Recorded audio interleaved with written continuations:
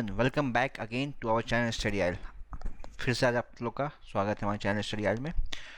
तो last class को हम लोग कंटिन्यू करेंगे। तो लास्ट क्लास में जैसे आप लोगों ने देखा होगा, हम लोगों ने कॉन्ग्रुएंट ट्रायंगल जो चैप्टर नंबर 12 है class 9th R D Sharma का MCQs किया था। तो हमने फर्स्ट पार्ट जो किया था उसमें हमने क्वेश्चन नंबर 16 तक किया था। आज हम कंटिन्यू करेंगे क्वेश्चन नंबर 17 से। ठीक है, तो जितने लोग पहली बार आए हो, पहले वो फर्स्ट पार्ट देखो। फर्स्ट पार्ट देखने के बाद वो सेकंड पार्ट देखना जो आज हम, ठीक है, उससे सेकंड पार्ट देखोगे हो सकता है कुछ चीज़ें समझ में आएगी, कुछ चीज़ें समझ में नहीं आएगी। तो पहले फर्स्ट पार्ट देखो, फिर सेकंड पार्ट से कंटिन्यू करना। तो आज हम लोग जो सेकंड पार्ट कर रहे हैं बेसिकली वो लेवल 2 क्वेश्चन है, थोड़ा सा डिफिकल्टी लेवल बढ़ने वाला है, तो ध्यान से सुनना। ठीक है, और जो हम लोग क्वेश्चन करेंगे क्वेश्चन 17, 18, 19, 20, मतलब 4 क्वेश्चन बचे हैं, उन 4 क्वेश्चन को करने वाले हैं हम लोग। ठीक है, लेवल 2 क्वेश्चन, थोड़ा सा डिफिकल्टी लेवल आप लोग का बढ़ेगा आज, तो थोड़ा ध्यान से देखना। ठीक है, चलो स्टार्ट करते हैं। तो क्वेश्चन है D E F are the mid points of the side B C C A B of triangle A B C. ठीक है, तो यहाँ पे कोई ट्राइंगल ए बी सी है। ठीक है, A B C, D E F मतलब इनके मिड पॉइंट्स भी गिवन है। ये डी है, ये ई है, ये एफ है। तो पूछते हैं जो ट्रायंगल डी ई एफ है, ये बीच का ट्रायंगल, वो किसके कॉन्ग्रुएंट होगा।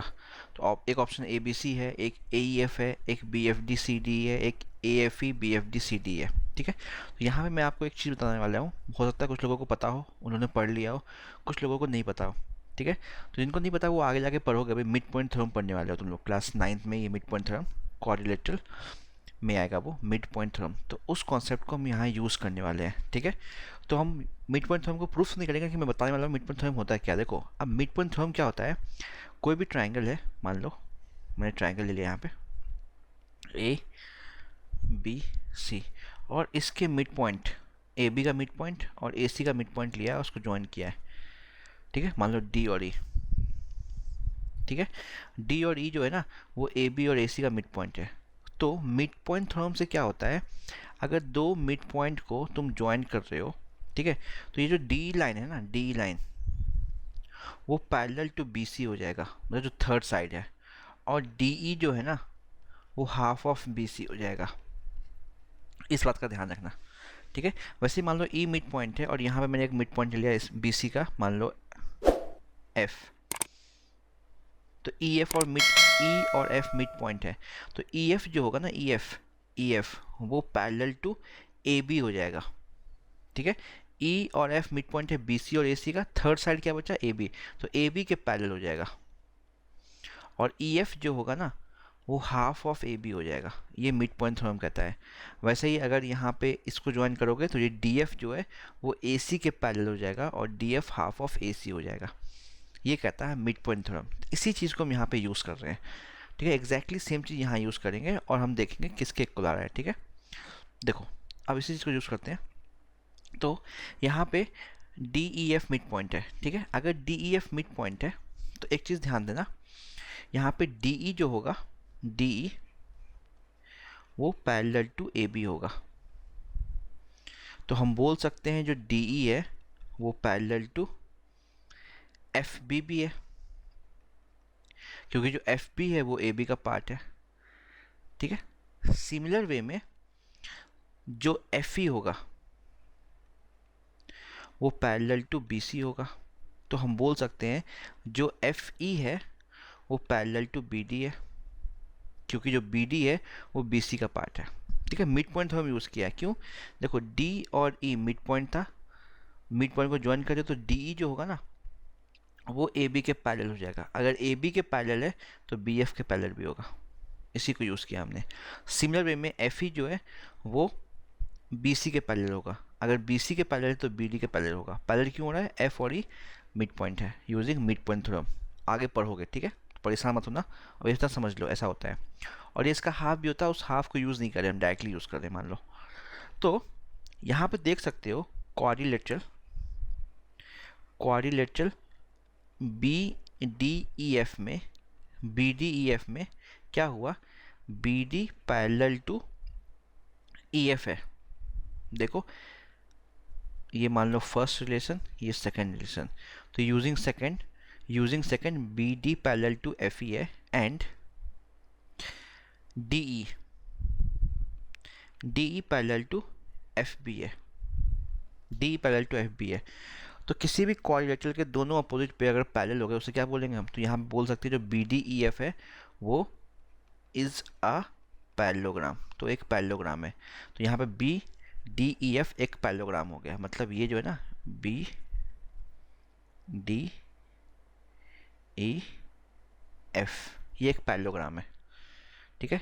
अगर ये एक पैरेललोग्राम है, ठीक है, तो यहाँ से हम क्या इंडिकेट करेंगे, अगर ये पैरेललोग्राम है तो हम क्या बता सकते हैं। अब देखो अगर ये पैरेललोग्राम है तो एफ डी जो है वो डायगोनल है, बी डी एफ पैरेललोग्राम है तो एफ डी जो है वो डायगोनल है। तो हमें पता है पैरेललोग्राम में क्या होता है, कोई पैरेललोग्राम है, ठीक है, उसके जो डायगोनल होते हैं वो दो कॉन्ग्रुएंट ट्रायंगल में उसको डिवाइड करते हैं, ठीक है। ये डायरेक्टली यूज़ कर सकते हो, एमसीक्यू टाइप क्वेश्चन का तो डायरेक्टली प्रॉपर्टी को यूज़ कर सकते हो, वैसे प्रूफ भी हो सकता है, तो प्रूफ पे नहीं जा रहे हम लोग, ठीक है। प्रूफ करना यहाँ पे इंपॉर्टेंट नहीं है, यहाँ पे याद रखना ये पैरेललोग्राम की प्रॉपर्टीज होती है, जो डायगोनल होता है वो पैरेललोग्राम को दो कॉन्ग्रुएंट ट्रायंगल में डिवाइड करता है, ठीक है। वो कर लोगे, देखो क्यों करता है, मान लो तुमने इस ट्रायंगल को इस ट्रायंगल को लिया, मैं बस बता रहा हूँ, थोड़ा जल्दी बता रहा हूँ।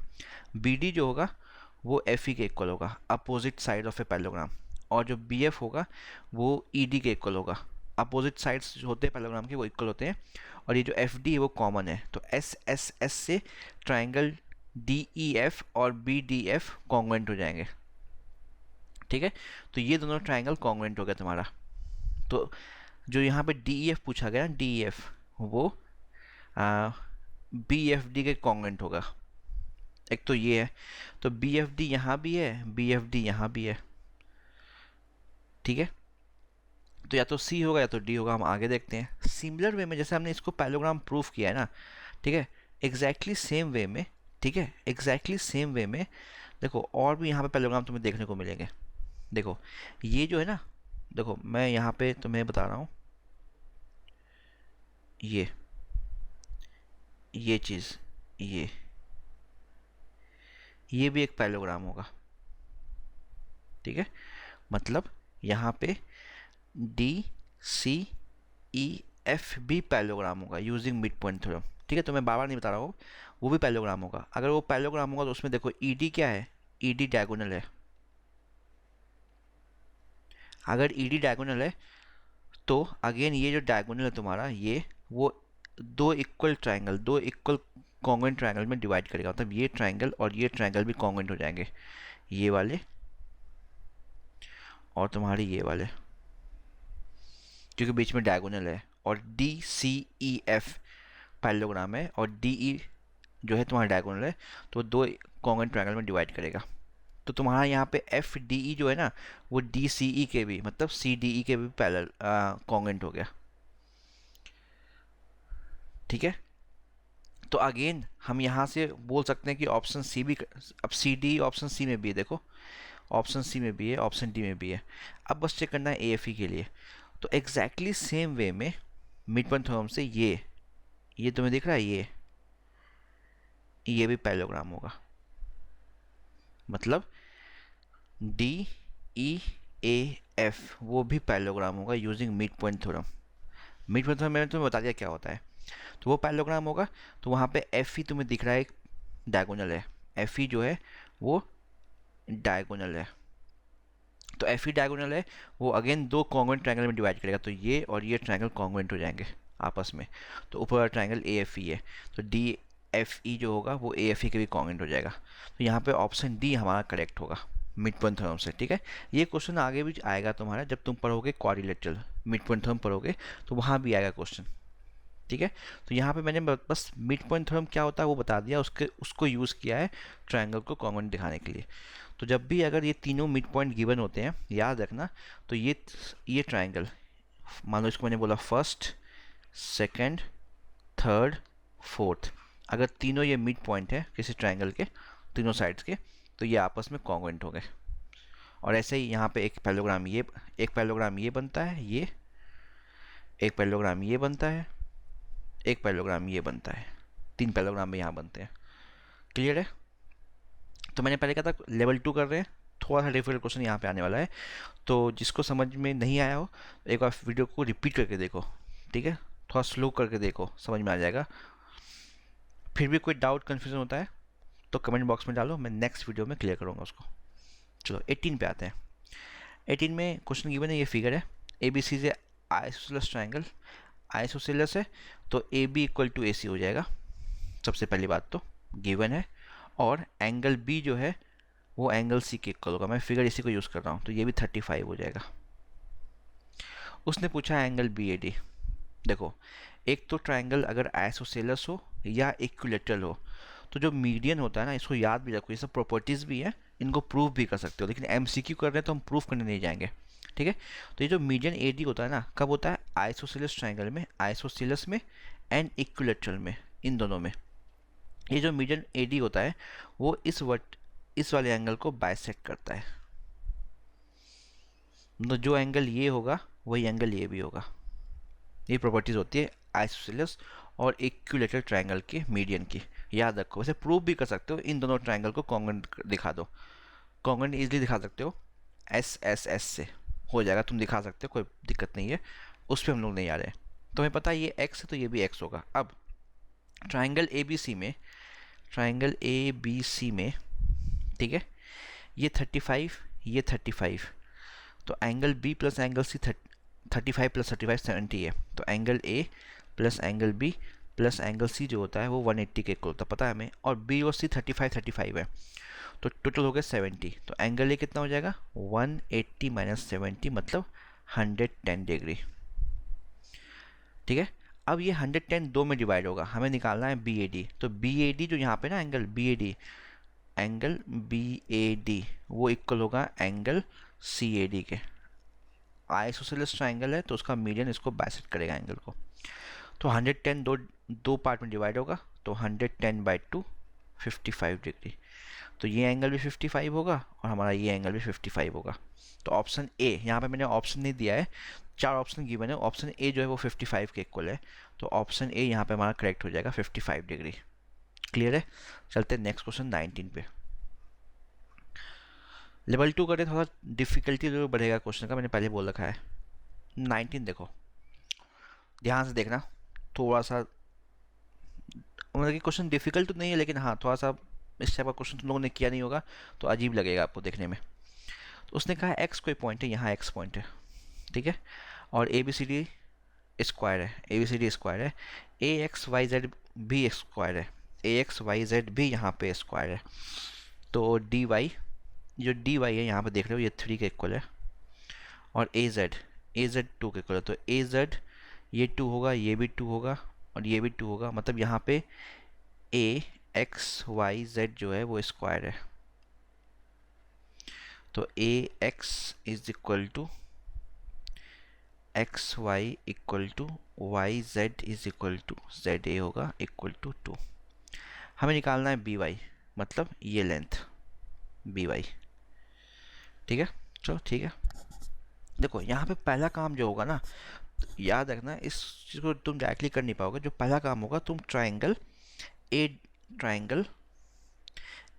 D Z and triangle A B X को कॉन्ग्रुएंट करोगे, triangle A D Z and A B X को कॉन्ग्रुएंट करोगे, कॉन्ग्रुएंट करते ही क्वेश्चन सॉल्व। देखो अब ए डी जेड ये पार्ट, ए डी जेड ये है, और ए बी एक्स मतलब ए बी एक्स ये है, ठीक है। इन दोनों को कॉन्ग्रुएंट करना है। अब देखो कॉन्ग्रुएंट करने का, अब देखो क्या क्या क्राइटेरिया निकाल सकते हो। एक तो ए डी जेड और ए बी एक्स में, ठीक है, ए जेड जो है वो ए एक्स के इक्वल है, क्योंकि वो मैंने यूज़ कर दिया है, पहले बता दिया है। ए एक्स जो होगा वो ए जेड के इक्वल होगा, क्योंकि ए एक्स वाई जेड स्क्वायर है। तो जो ए एक्स है ये तुम्हारा, ठीक है, ए जेड वो ए एक्स के इक्वल है, इसके इक्वल। तो यहाँ पे आ गया A X is equal to A Z. दूसरी बात, आगे चलते हैं। ठीक है, ये 90 है, ये भी 90 होगा, स्क्वायर है तो स्क्वायर के एंगल 90 होते हैं, तो यहाँ पे इस साइड 90 होगा तो ये इस साइड भी 90 होगा, तो ये 90 तो ये भी 90 होगा। ठीक है, तो यहाँ पे एंगल Z जो है वो एंगल X के इक्वल है 90, क्योंकि स्क्वायर गिवन है। अब यहाँ एक चीज़ ध्यान देना, ठीक है, यहाँ पे एक चीज़ ध्यान देना, मैं थोड़ा सा यहाँ पे रब कर रहा हूँ ये चीज़, ठीक है, ये कंप्लीट एंगल ना ये 90 के इक्वल है, और यहाँ दूसरे साइड ये 90 के इक्वल है। ये दोनों में एंगल जो बीच का DAX एंगल वो कॉमन है, DAX मतलब ये एंगल जो है कॉमन है, ये एंगल दोनों 90 में।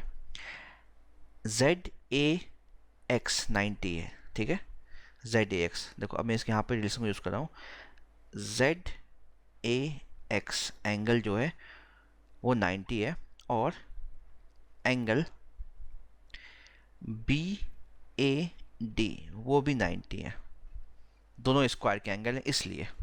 ठीक है, दोनों एंगल में ना ये एंगल DAX ये एंगल कॉमन है, तो दोनों से हमने DAX माइनस कर दिया। ठीक है, दोनों से हमने DAX माइनस कर दिया, समझना ध्यान से फिगर को। तो एंगल ZAX से भी एंगल DAX माइनस किया, और एंगल BAD से भी एंगल DAX माइनस किया। ठीक है, जब माइनस करोगे इस कंप्लीट एंगल से, यहाँ से ये एंगल हटा रहे हो तो क्या बचेगा, एंगल ZAD। तो यहाँ इन दोनों को जब माइनस करोगे तो एंगल ZAD बचेगा, मतलब तुम्हारा ये एंगल बचेगा, ये वाला ये एंगल। ठीक है, और जब इनको माइनस करोगे BAD माइनस DAX, तो BAD कंप्लीट था,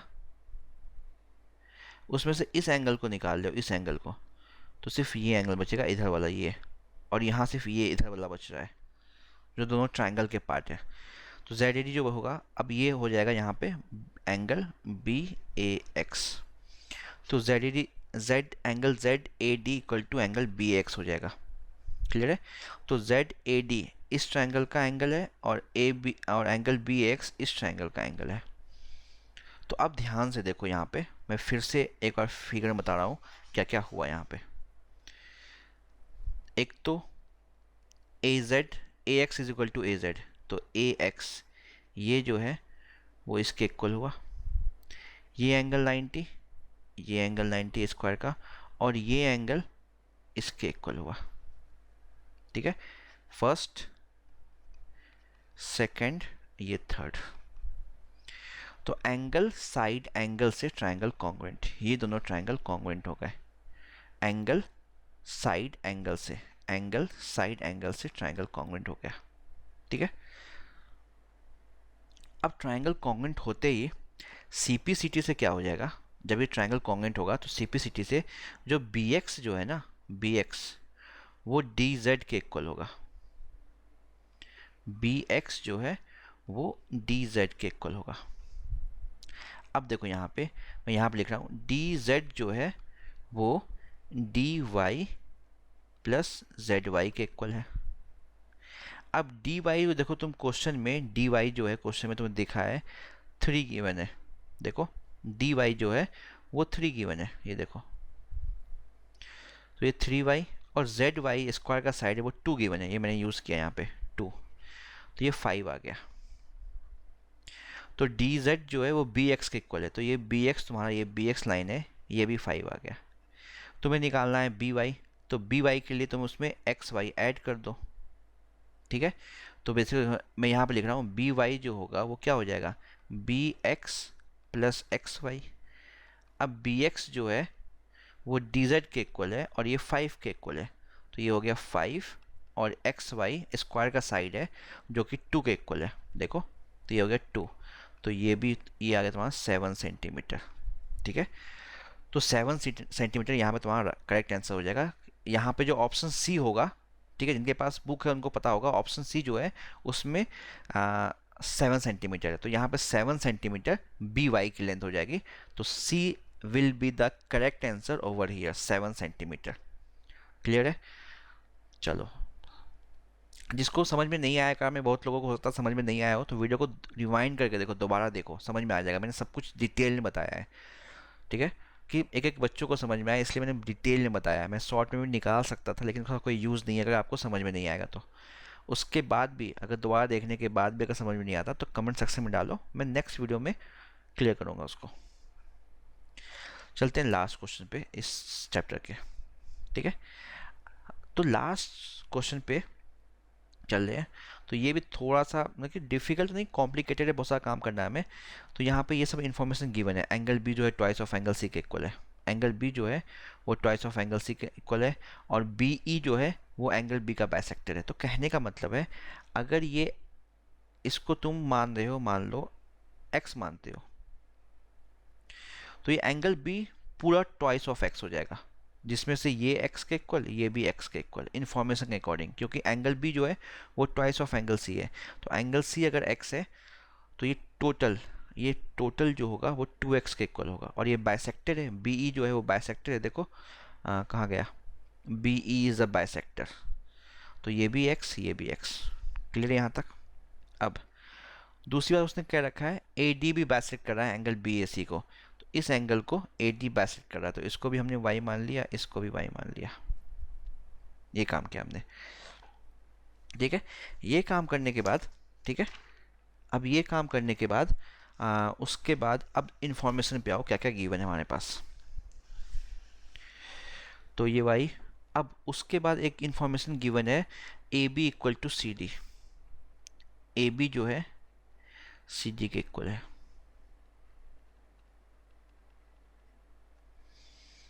ठीक है। अब देखो इंफॉर्मेशन को हम कलेक्ट करेंगे और पहले निकालेंगे। देखो एक चीज़, ट्राइंगल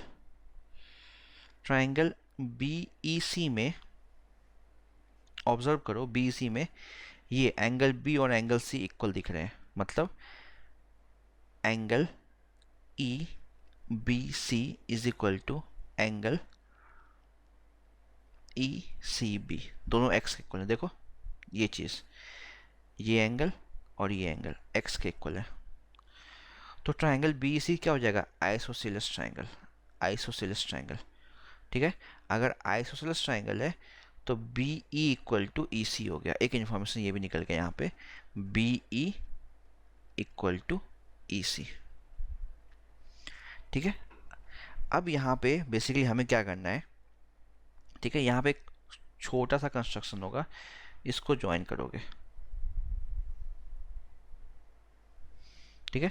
इसको ज्वाइन करने के बाद triangle A B E and triangle D C E को कॉन्ग्रुएंट दिखाओ। Triangle A B E and triangle D E C को कॉन्ग्रुएंट दिखाओ। सिंपल है, दिखा सकते हो।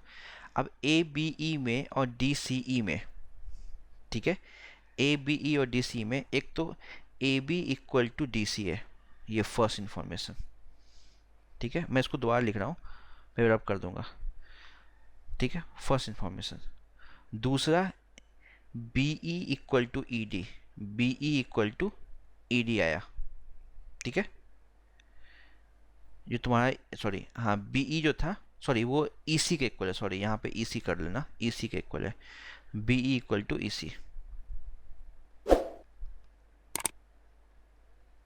ये गिवन है, ठीक है। अब आते हैं थर्ड कंडीशन के लिए। दो चीज़ तुम्हें मिल गई, थर्ड पे आओगे, तुम्हें दिख रहा होगा ये जो एंगल है यहाँ पे, angle A B E equal to angle E C D equal to X के इक्वल है। अब बता रहा हूँ कौन सा, देखो ये एंगल जो है वो इसके इक्वल है, ठीक है। तो यहाँ पे क्या हुआ, एक साइड आया, एक एंगल आया, एक साइड आया। यहाँ भी देखो एक साइड आया, एक एंगल आया, एक साइड आया। तो साइड एंगल साइड से ये दोनों ट्रायंगल कॉन्ग्रुएंट हो गए। किससे, साइड एंगल साइड से दोनों ट्रायंगल कॉन्ग्रुएंट। कॉन्ग्रुएंट होने के बाद हम सीपीसीटी यूज़ करेंगे, ठीक है, हम सीपीसीटी यूज़ करेंगे। अब मैं फिगर को थोड़ा सा, तो अगर A B E congruent to D C E है। तो यहाँ से एक इन्फॉर्मेशन तुम्हारे पास ये निकलेगी, जो ए ई है, फोकस करो ट्राइंगल पे, ठीक है, ए ई मतलब ये और ये, वो किसके इक्वल होगा, डी ई के इक्वल। अब देखो यहाँ से एक इंफॉर्मेशन निकल के और आ जाएगी, अगर A E equal to D E है, ठीक है, तो ये ट्राइंगल ए डी ई का पार्ट है। देखो ट्राइंगल ए डी ई में A E equal to D E हो गया, तो अगर A E equal to D E हो गया तो ट्राइंगल ए डी क्या हो गया, आइसोसेलेस। आइसोसेलेस हो गया। तो इसका मतलब ये है कि ये एंगल जो तुम्हारा है ये y के इक्वल है, तो ये भी तुम्हारा y हो गया, ये भी तुम्हारा y हो गया,